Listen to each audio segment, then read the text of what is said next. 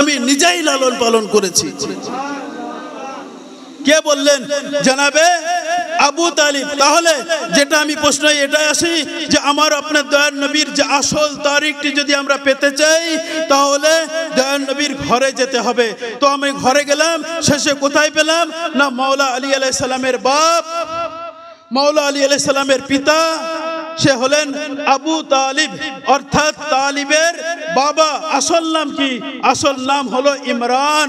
এই ইমরান এই শব্দটি অনেকেই জানে না, সেই জন্য আমরা সবাই জানি যে আবু তালিব।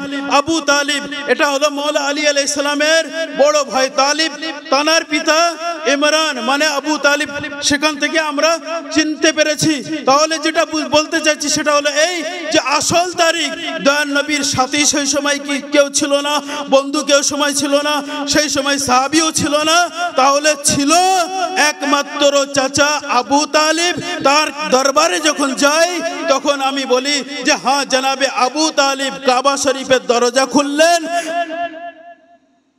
সেটা মানে কাবা শরীফের দরজা খুলতেন এবং বন্ধ করতেন, যেটা হলো জনাবে আবু তালিব ওই সময় সর্দার ছিলেন, যার যে কাবা শরীফ যেখানে গিয়ে সবাই হজ করে তার চাবি জনাবে আবু তালিবের কাছে থাকতো। তাহলে সেই সময় সর্দার হিসেবে জনাবে আবু তালিব ছিলেন। তাহলে ওখানে গিয়ে যখন প্রশ্ন করি তখন এটাই আসে যে আমি আমার কোলে এই মোহাম্মদকে লালন পালন করেছি। তাহলে ওখান থেকে আমি শুনতে পাই কোথায় না দয়ার নবী, দয়ার নবীর পরে মাওলা আলী, মাওলা আলীর পরে ইমামে হাসান, ইমামে হুসাইন আলাইহিস সালাম, তারপরে ইমামে জাইনুল আবিদিন আলাইহিস সালাম, তারপরে ইমামে মুহাম্মদ বাকর আলাইহিস সালাম, তারপরে ষষ্ঠম ইমাম ইমামে জাফর সাদিক আলাইহিস সালাম। এনার কাছে যখন প্রশ্ন করা হলো যেহেতু সাদেকাইন হয় মানে আজকের যে 17 রবিউল আউয়াল আমারও আপনার দয়ার নবী এবং ষষ্ঠম ইমামেরও জন্ম তারিখ, সেই জন্য ষষ্ঠম ইমামের কাছে যখন প্রশ্ন করা হলো যে নবীজির জন্ম তারিখ কত, তো উনি বললেন মিন 17 রবি মিন রবিউল আউয়াল মানে রবিউল আউয়াল মাসের 17 তারিখ। এটাই হলো দয়ার নবীর আমদ দিবস। সালাওয়াত পড়ে মুহাম্মদ ওয়া আলি মুহাম্মদ পড়ে। এবার এখান থেকে বাস কয়েকটি জিনিস আপনাদের সামনে তুলবো, তারপরে ইনশাআল্লাহ নাজিম আপনাদের সামনে থাকবে। এখান থেকে আমরা এটা বুঝতে পারলাম যে আমার দয়ার নবীর জন্ম তারিখ 17 রবিউল আউয়াল। আচ্ছা 17 রবিউল আউয়াল যখন আমি দেখলাম তখন ঘরওয়ালাদের কাছে পেলাম। এবার অনেকেই বলছেন যে দয়ার নবী 40 বছরের নবুয়ত পেলেন, তো তারপরে যদি তারা সাহাবী হয়, দয়ার নবীজির কলমা পড়ে, তাহলে সেই সাহাবীরা থাকবে আমার দয়ার নবীর সাথে। কিন্তু যখন আমার দয়ার নবী চলে যান তখন তানার জানাজায় কতজন ছিল, এটাও আবার একটি মারাত্মক একটি ঘটনা যে আমার দয়ার নবীজির জানাজা মোবারকে কে ছিলেন, কে গোসল পড়ালেন, কে কাফন পড়ালেন। তাহলে এবার এখান থেকে আমরা বুঝতে পারবো যে আমার দয়ার নবীর শাহাদাত তারিখ কত। শুধু এটা নয় যে আমার দয়ার নবী 12 তারিখে এসেছেন আর 12 তারিখে চলে গিয়েছেন, এর ভিতরে বড় একটি রহস্য আছে। সেই রহস্য আমি বারবার বলি যে রহস্য হলো এই, যদি আমরা ওয়াফাত দিবসের নাম বলি, তারিখ বলি, তাহলে ওয়াফাত দিবসের কেমন ভাবে তিনি চলে গেলেন, তার জানাজা কে পড়ালো, তার গোসল কে করালো, তার সাথে সাথে তার সেই নামাজে সালাতুল জানাজায় কে কে ছিল, এগুলো বলতে হবে। সেই জন্য বাবা একই তারিখে দয়ার নবী এসেছেন আর একই তারিখে চলে গেলেন, দুঃখটা মুছে দাও আর আনন্দটা নাও। কিন্তু আমার দয়ার নবী এবং আইম্মাগণ বলছেন যে আমাদের দুঃখই দুঃখ হও আর আমাদের খুশিতে খুশি হও। সেই জন্য আমরা ঈদে মিলাদুন নবী পালন করে বলি যে আমরা নবী নবীও করতে পারি আর গাদিরের সময় আলী আলীও করতে পারি। দুই দিক থেকে করতে হবে এবং মুহররমের সময় আমরা দুঃখ প্রকাশ করতে পারি যে কেমন ভাবে এটা দুঃখ হয়। বাস আমি যে মেন পয়েন্টটি নিয়েছিলাম সেটা হলো এই যে আমার দয়ার নবী আছেন, তার প্রমাণ কি? দেখেন আমার আল্লাহ পাক বলছেন না যে আমি একটি লুকানো খাজানা ছিলাম, আমি চেয়েছি যে আমাকে সবাই চিনুক, তাহলে আমার নূর থেকে আমি দয়ার নবীর নূরকে সৃষ্টি করেছি। বাস এইটুকু এখানে যখন ক্লিয়ার হয়ে যায় তখন এবার শোনেন যে আমার দয়ার নবীকে হাজার হাজার বছর ধরে এক এক এক এক এক স্থানে রেখেছেন। এই এক এক স্থানে রাখার পরে শেষ যখন আসলো তখন আমারও আপনার দয়ার নবীর নূরের পসিনা থেকে আল্লাহ পাক কখনো ফেরেশতা তৈরি করেছে। খুব মন দিয়ে শুনবেন, তার প্রমাণ দেব। খুব ফেরেশতা তৈরি করেছে।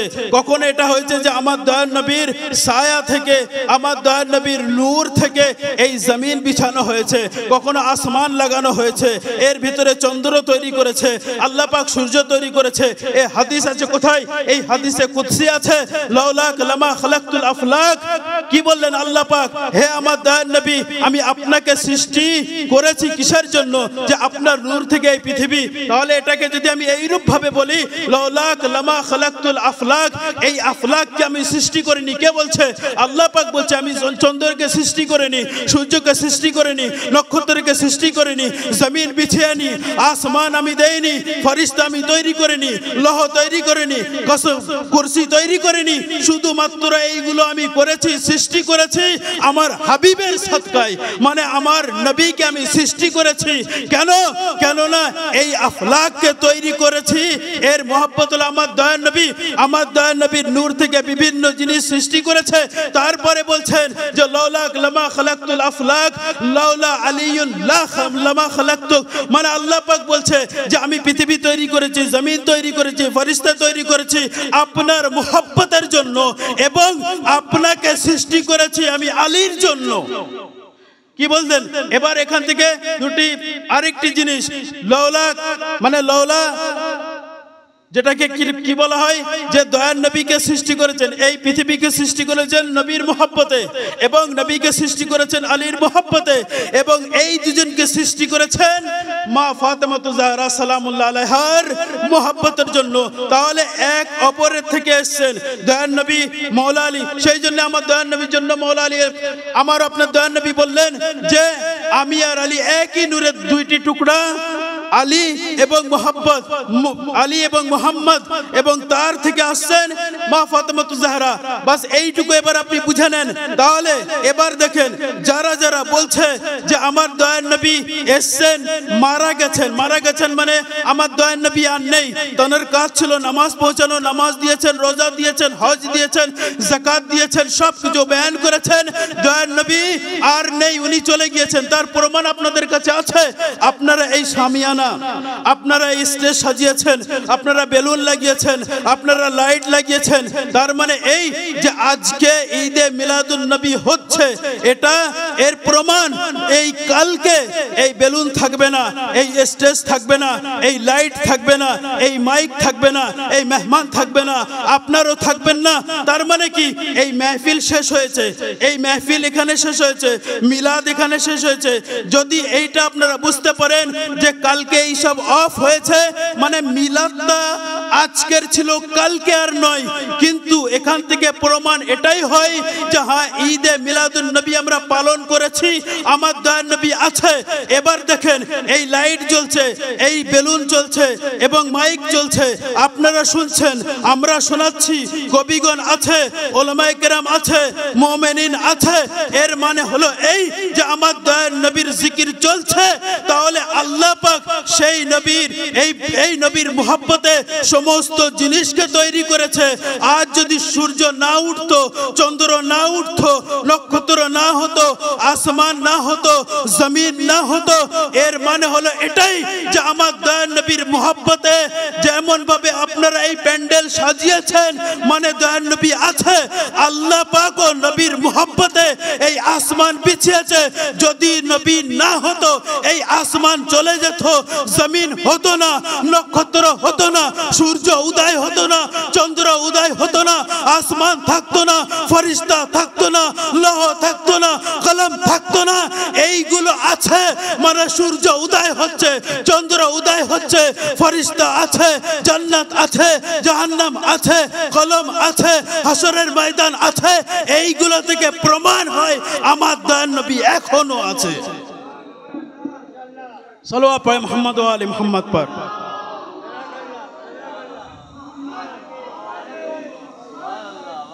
रहमतुल लिल आलमीन। আল্লাহ আমার আপনার দয়ার নবীকে রহমাতুল লিল আলামিন, আলামিনের জন্য রহমত করে পাঠিয়েছেন। আমি মানে গুফতগু ইয়া কোনো নিয়ে যাচ্ছি না যেটা অনেক টাইম লাগবে, যেটা সংক্ষিপ্ত আকারে সেইগুলো আপনাদেরকে শুনিয়ে যাচ্ছি। এরপরে আরো মুকাররির আছে এবং তানারা শোনাবেন। শুরুয়াত রাহমাতুল্লিল আলামিন আমার দয়াল নবীর রহমত থেকে শুরু করেছি। ইনশাআল্লাহ এই রহমত সারা বছর থাকবে, আগামী বছর থাকবে, যতদিন আমরা বেঁচে থাকব এই রহমত নিয়ে আমরা ঈদে মিলাদুন নবীও পালন করতে থাকব। এমনকি এই ঈদে মিলাদুন নবী ওসিলায় আমরা সঠিক ইমামকেও চিনতে পারবো। ব্যাস আসল কথা বলে যাচ্ছি, এটা শুনবেন, কেননা বিভিন্ন জায়গায় ইমাম নিয়ে কথা চলছে। সেই জন্য আমি এটা বলতে চাই যে আমার আপনার দয়াল নবী বুখারী শরীফের ভিতরে বলছেন যে মিম্বাদে ইসনা আশারা আমিরান, আমার পরে 12টি ইমাম হবে। কটা? 12টি ইমাম হবে। মিম্বাদে ইসনা আশারা আমিরান, 12টি ইমাম। ইয়ানাবিউল মুওয়াদ্দাত এই বইয়ের ভিতরে নামও বলে গেছেন। দয়াল নবী বলছেন যে আমার প্রথম হবে আলী আর শেষ হবে ইমাম মেহেদী। পুরো নাম দেওয়া আছে। প্রথম হবে আলী, দ্বিতীয় হবে হাসান, তৃতীয় হবে হুসাইন, চতুর্থ হবে জৈনুল আবেদিন, তারপর হবে মোহাম্মদ বাকির, ইমামে জাফর সাদিক, মুসা কাজিম, তারপর আলী রাজা এবং নাকি ও তাকি ওয়াল ইমামিল হাসানিল আসকারি, এবং শেষ হবে আমার নাম, মানে আমার দয়াল নবী বলছে আমার নামে নাম হবে, তার উপাধি হবে মেহেদী আখিরুজ জামান আলাইহিস সালাম। আল্লাহুম্মা সাল্লি আলা মুহাম্মদ ওয়া আলি মুহাম্মদ।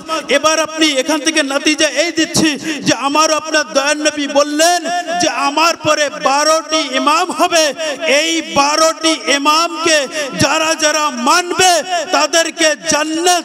আমার আপনার দয়াল নবী বললেন যে হ্যাঁ 12টি ইমামকে মানলে জান্নাত পাবেন। যদি কেউ বলে আমি 13 নম্বর ইমাম, তাহলে তাকে মানলে কিন্তু জান্নাত পাবেন না, জাহান্নামে যেতে হবে। মাশাআল্লাহ মাশাআল্লাহ। কেন?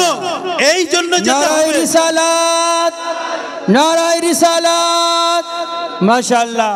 এই জন্য যেতে হবে, কেননা ইমাম ইমাম হবে।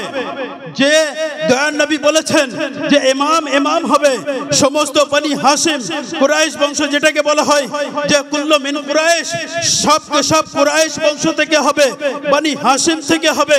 তবে এই নয় যে এই পৃথিবীতে আহলে বাইতের আওলাদগণ আছে যারা কালো পাগড়ি পরে দেখেছেন, তানারা হলো সৈয়দ নবী বংশ।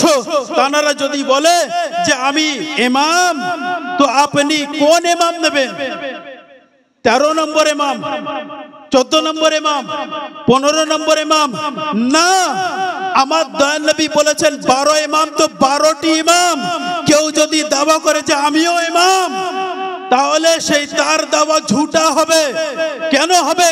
কেননা দয়াল নবীর ওপরে এসে যাবে। এবার আসি মসজিদের ইমাম, কাবা শরীফের ইমাম, মদিনার ইমাম, যে ফজরের নামাজ পড়ে সেও ইমাম। তো এই ইমাম আর ওই ইমাম পার্থক্য কি? এই ইমাম শিখাবে নামাজ এমন ভাবে পড়তে হবে, পড়াবে, দেখাবে, কিন্তু ওই ইমামের ধারে পাশে যেতে পারবে না যে যাদেরকে আমার দয়াল নবী বানিয়ে গেছেন আর বলেও গেছেন যে আমার পরে 12টি হবে। এই 12টির জায়গায় যদি আমি মসজিদের ইমামকে বলি, খুব গুরুত্বপূর্ণ সময়, আমার সব 2-3 মিনিট আমি নিতে চাই। এখানে খুব গুরুত্বপূর্ণ একটি টপিক আছে। এক জায়গায় আমি একটা মাহফিল পড়ছিলাম, সেখানে বলছি ইয়াউমা নাদউ কুল্লা উনাসিম বিইমামিহিম। মন দিয়ে শুনবেন, ইয়াউমা নাদউ কুল্লা উনাসিম বিইমামিহিম। আল্লাহ পাক বলছে আমি প্রত্যেক মানুষকে তার ইমামের সহিত ডাকবো। গুরুত্বপূর্ণ আমি একটি মেসেজ দিয়ে যাচ্ছি এখানে। প্রত্যেক মানুষকে কাল কিয়ামতের দিনে তার ইমামের শহীদ রাখবো। যখন আমি এটা বললাম আর বললাম যে কোরআন শরীফ আছে, এখনো মসজিদে আছে, মুসলমানের ঘরে ঘরে আছে, তাহলে এই সময় ওই সময় একটা বলেছিলাম এখন 11টা বেজে 20 মিনিট, এই 11টা বেজে 20 মিনিটে যদি আপনি মারা যান তাহলে হাসরের ময়দানে কোন ইমামের সাথে উঠবেন? কোন ইমামের সাথে উঠবেন? প্রশ্ন যখন আমি ছাড়লাম তখন তারা বলছে যে আমি আপনার সাথে। আলী কেন? বলছে আপনি এখন বক্তব্য দিচ্ছেন, আপনি এখন আমাদের ইমাম। কিছুটা মিল খাচ্ছে? যারা বুঝতে পারছেন বুঝতে পারবেন। দেখেন এই সময় আমি বক্তব্য দিচ্ছি, ইয়া মাগরিবের সময় ইমাম সাহেব নামাজ পড়িয়েছে, ইয়া কাবাতে গিয়ে যে জোহরের নামাজ ইমাম সাহেব পড়িয়েছে, ইয়া মসজিদে নববীতে যে ইমাম সাহেব পড়িয়েছে, তাহলে এই সময় যদি সে ইমাম দাবি করে তো সেই ইমামের পেছনে যদি আপনি যান, কোথায় যাবেন? জান্নাত না জাহান্নাম? দুটি জায়গা আল্লাহ পাক রেখেছে। হ্যাঁ, ওই জায়গায় যাবেন যদি আপনি এই সময় দুনিয়া থেকে চলে যান। আল্লাহ পাক বলছেন ইয়াউমা নাদউ কুল্লা উনাসিম বিইমামিহিম, আমি প্রত্যেক মানুষকে তার ইমামের সহিত ডাকবো। তাহলে এই জামানার ইমাম কে? এটাই হলো আসল প্রশ্ন। এই জামানার ইমাম কে? এখন যে বক্তব্য দিচ্ছে সে ইমাম, ইয়া মসজিদের ইমাম, ইয়া কাবার ইমাম, ইয়া মদিনার ইমাম, ইয়া মানুষের কয়েকজনের ইমাম? কোন ইমাম হবে? আল্লাহ পাক বলছে প্রত্যেক মানুষকে তার ইমামের সহিত ডাকবো। সেই জন্য মানতে হবে যে আমার দয়ার নবী বলেছেন যে মিম্বাদে ইসনা আশারা আমিরান, আমার পরে 12টি ইমাম, প্রথমে হবে আলী আর শেষ হবে ইমাম মেহেদী। সে পর্দায় গায়েবে থাকবে, সে শেষ জামানার ইমাম হবে। ওই ইমামের সাথে গেলে জান্নাত পাবেন। এই ইমাম ছাড়া অন্য ইমামের পেছনে যাবেন, জাহান্নামে যাবেন। কেউ যদি দাবি করে 12 ইমাম ছাড়া, সেই ইমামের পিছনে যাওয়া যাবে না। এইখান থেকে ঠিক আরেকটি জিনিস, মাসুমও আসে। মাসুম 14 জন আমার দয়ার নবী বলেছেন। সর্বপ্রথম 1 নম্বর মাসুম আমার দয়ার নবী, দ্বিতীয় হলো মাসুমা ফাতেমাতু জাহরা সালামুল্লাহ আলাইহা। আর এই 12টি মাসুম হলো 12, আর এদিকে 2 14টি মাসুম। এবার যদি মাসুমের নাম আরো আসে তো কার আসবে? এখনকার ইমাম মসজিদের ইমামের আসবে না মাওলা আব্বাসের আসবে? মাওলা আব্বাস থেকে কি বড়? মাওলা আলী আকবর থেকে কি বড়? মাওলা জন থেকে কি বড়? মানে কারবালায় যারা শহীদ হয়েছে তাদের দিয়ে বলছি যে হ্যাঁ, যদি কোনো 14 মাসুমের পরে যদি কেউ মাসুম হতে পারে, তবে আমরা 14 মাসুমের জায়গায় মাওলা আব্বাসকে বসাই না, কিন্তু মাওলা আলী আকবরকে বসাই না, ইমামে হাসানের পুত্রকে বসাই না, আওলা মুহাম্মদকে বসাই না। কেন? কেননা দয়ার নবী বলেছেন নিষ্পাপ। তো এই 14 জন এর পরে যদি কেউ মাসুমের খাতায় থাকবে তাহলে আব্বাস থাকবে, আলী আকবর থাকবে, আওলা মুহাম্মদ থাকবে, কাসিম থাকবে, নাকি মসজিদের ইমাম থাকবে? খুব মন দিয়ে শুনবেন। এখন আমাদের মাঝখানে এমন ভাবে বক্তব্য আসছে যেগুলো আম মানুষ বুঝতে পারছে না, গুলিয়ে দিচ্ছে যে আমরা কোন মাসুমকে মানবো, আমরা কোন ইমামকে মানবো, যে ইমামের দামান ধরে আমরা জান্নাতে যাব। তো বাস সংক্ষিপ্ত আকারে এটাই বলি যে আমার দয়ার নবী বলেছেন আমার 14টি মাসুম আর 12টি ইমাম। এই হলো আহলে বাইত আলাইহিস সালামের আসল পরিচয়, যে 12টি ইমাম 14টি মাসুম। ছাড়া আহলে বাইতের औलाद থাকতে পারে, তবে 12 ইমামের ভেতরে নেই, 14 মাসুমের ভেতরে নেই। যেটা দয়ার নবী মানতে বলেছেন যে ইন্নী তারিকুম ফিকুম মুস্তাকলাইন কিতাবাল্লাহি ইতরাতি আহলে বাইতি মা ইন তামাসসাকতুম বিহিমা লান তাযিল্লু বাদি। দয়ার নবী বললেন যে আমি ছেড়ে যাচ্ছি কোরআন আর আহলে বাইত। এই কোরআন ও আহলে বাইতকে তোমরা আঁকড়ে ধরবে, আমার সাথে মিলিত হবে। আর যদি এই দুটি জিনিসের ভেতরে একটি জিনিসকে ছাড়ো তাহলে আমার সাথে মিলিত হতে পারবে না। সেটাও মেনশন করে গেছেন যে কোন আহলে বাইত।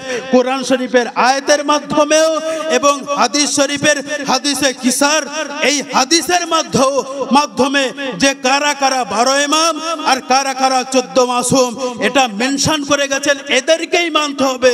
এছাড়া যদি আপনি অন্য কাউকে মেনেছেন তো ফির নিজে থেকে কোথায় না কোথায় চলে গিয়েছেন।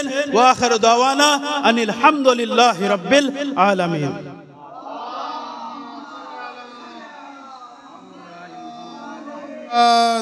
সুবহানাল্লাহ, সুবহানাল্লাহ, মাশাআল্লাহ, মাশাআল্লাহ।